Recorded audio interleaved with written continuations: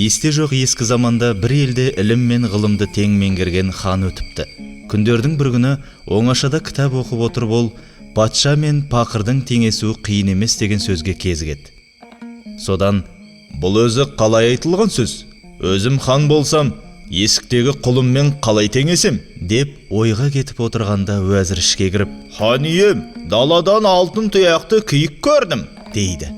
Зерігіп отырған хан нөкерлерін ертіп дереу әлгі киікті қууға шығады. Сәскелік болғанда қасындағылардың аты болдырып, ханның бір өзі қуып кете барады.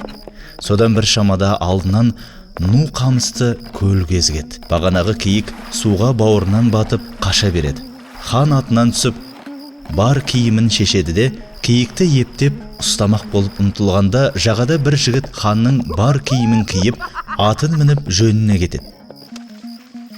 Тосын іске тап болып мәңгіріп қалған хан біраздан кейін ес жиып, әбүйірін қамыстың қауылдырығымен жауып жағаға шығады.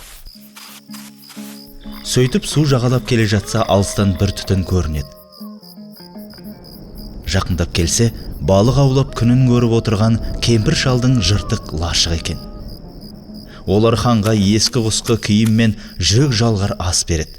Аз-маз әлденіп алған хан қалаға қарай жол тартады.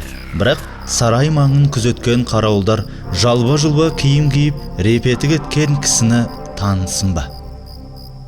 Маңына да жолатпай қуып шығыпты.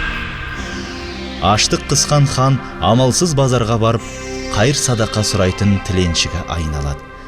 Бірақ жүрген тұрған жерінде патша едім, пақыр болдым, бәлеге өзім жақын қондым деп қайталай береді.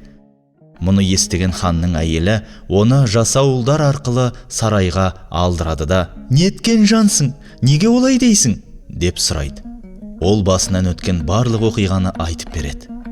Бір кезде ханның әйелі «Мынаны моншаға апарып жуындырыңдар» деп әмір етеді. Шомылып адам кейіпіне келгеннен кейін әйелі оның өз күйеуі екендігін таниды.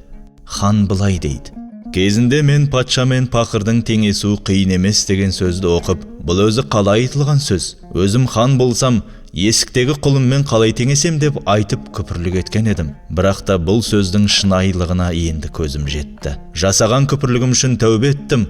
Расында Аллах тәубе етушілерді сүйеді. Раббым шынайы тәубемді қабыл етіп, отбасыммен қайта қауышуға мүмкіндік берді. Дәулетімді қайтарды. Раббыма сансыз шүкір» деп хан сөзін аяқтайды. Сөйтіп күпірлік етіп, қайта тәубесіне келген хан өмірінің қалған бөлігін құлшылыққа арнап, отбасымен хайырлы ғұмыр кешіпті.